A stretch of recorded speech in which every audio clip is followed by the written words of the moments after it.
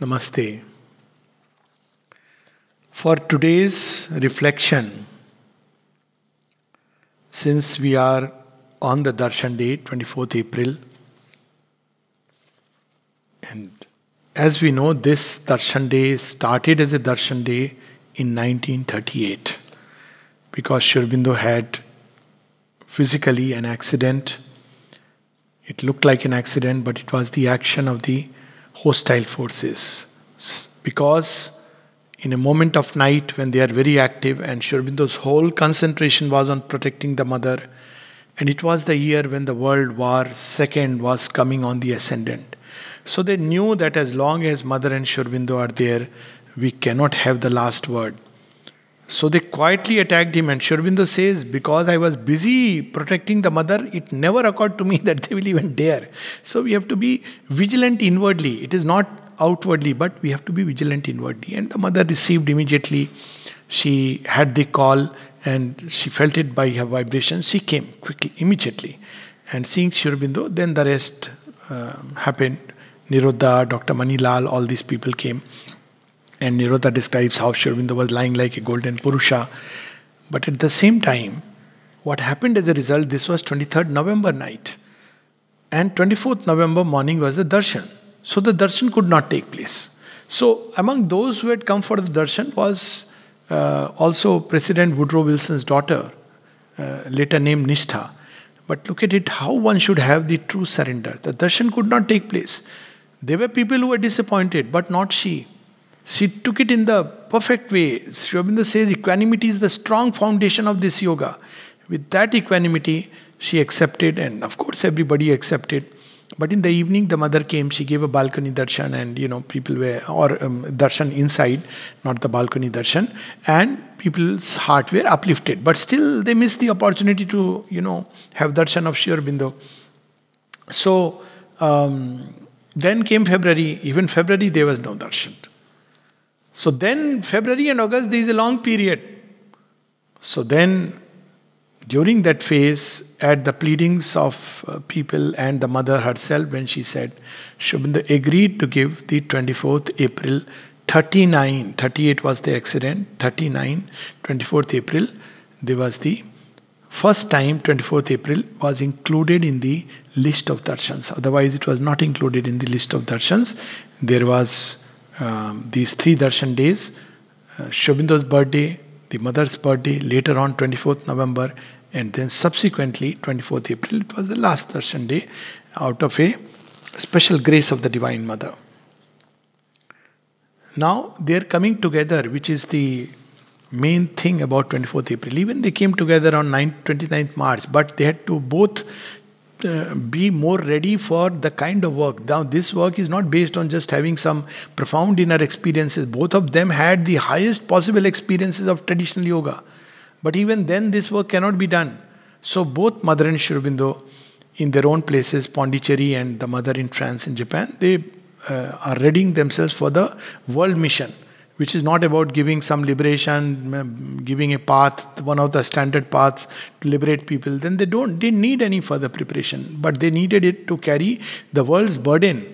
So therefore, they each go, and then the mother arrives on 24th April, and actually, physically, they come together again on 24th November 1920, because 6 months she stayed in different houses. But on 24th November, because of a cyclone, Sri Aurobindo sends Nolnida and those few others, Bijoy and Amritada, to fetch the mother to guest house, which is on 41 Francois Martin Street, the guest house, which is now the playground, the backside of the playground. So that is how the mother and Datta, her husband, had left and gone away. They both came and started staying in the same house as Sri Aurobindo. That happened on 24th November 1920. And since then, together they started a new yoga, the yoga of the new age. So we know about the yoga, at least those of us who have read in theory and those of us who practice, the yoga begins to unfold itself. And the yoga has to be discovered within. It is not enough to know about yoga. Sri Aurobindo reminds in one of his letters to Nirodh Baran, to Barinda, that I do not want to make emotional excitement and mental enthusiasm the basis of the yoga.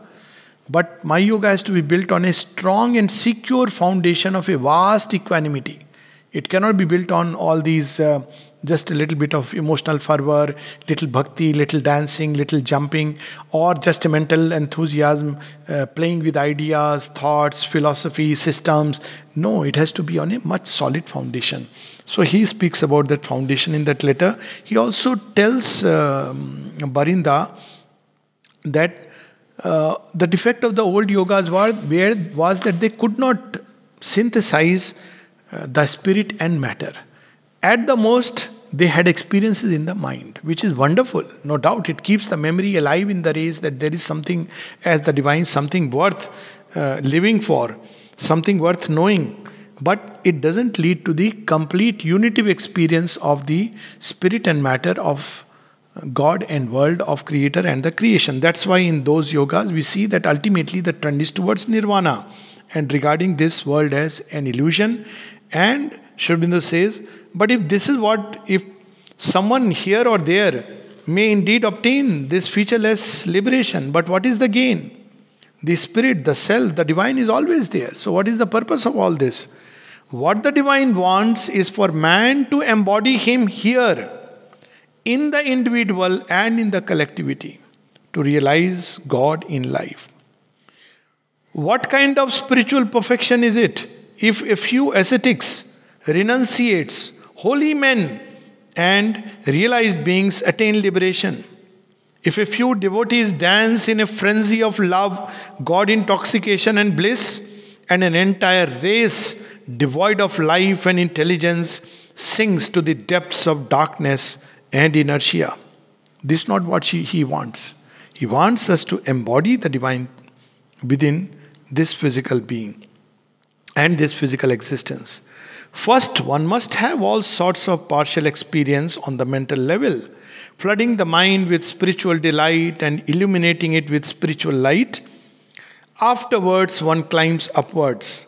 Unless one makes this upward climb, this climb to the supramental level, it is not possible to know the ultimate secret. And what is that ultimate secret? Then one need no longer look on the world as an illusion. The world is an eternal play of God, the perpetual manifestation of the self.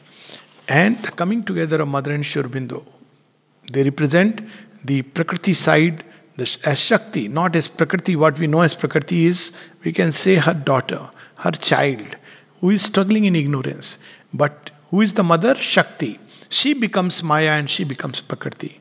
Just as Purusha is a diminished aspect of the divine, Ishvara, he becomes Brahman and he becomes the individual, the Purusha, the soul, or the witness of nature, depending on which way we realize. So we have to take Purusha and Prakriti to that point where we realize the unity of Ishvara and the Shakti.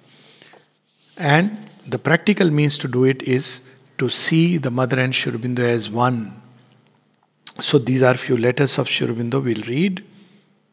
There is no difference between the Mother's path and mine. We have and have always had the same path. The path that leads to the supramental change and the divine realization. Not only at the end, but from the beginning they have been the same. Mother was doing yoga before she knew or met Sri Aurobindo. But their lines of sadhana independently followed the same course. When they met, they helped each other in perfecting the sadhana. What is known as Sri Aurobindo's yoga is the joint creation of Sri Aurobindo and the Mother. The Mother's consciousness and mine are the same. The one divine consciousness in two, because that is necessary for the play. Now we see Sri Aurobindo comes from above as a knowledge power, as a vast knowledge power descending from above, taking hold of the mind and the rest of our being. And the mother emerges as an all-powerful love from the depths of the heart, and again she comes to the surface, spreads into the mind, the heart, the life, and even the body in this flood of love, and in this illuminating light, she takes hold of the entire being and transforms it. So the action is twofold, from above and from within, from beyond the mind and from within the depths of the heart. But they are one, and that's why the mother reminds us, when in your heart and thought you will make no difference between Sri Aurobindo and me. What is the sign that we are really ready now for the supramental change? When in your heart and thought you will make no difference between Sri Aurobindo and me. When to think of Sri Aurobindo will be to think of me, and to think of me will mean to think of Sri Aurobindo inevitably. When to see one will mean inevitably to see the other, like one and the same person. Then you will know that you begin to be open to the supreme, to the supramental force and consciousness. This is the state to which we have to arrive at. And for those of us who have already arrived at that state, by her grace, we have to go deeper, deeper, further and further into this most wonderful journey which frees us from all fear. Even a little practice of it frees us from fear. Swalpamasya dharmasya trayato bhayato mahat. Even a little practice of this yoga frees us from much fear and anxiety. It frees us from ignorance, this mistake of identifying ourselves with the body and the ego self and all that rest of it. And it frees us from all types of bondages, social, moral, intellectual, ideative. We are so opinionated, and desires and all the various bonds that tie us. And eventually, it is bound to free us even from the so-called inevitability of death. So let us welcome and celebrate this change in humanity, which is as certain as tomorrow's sun. Namaste.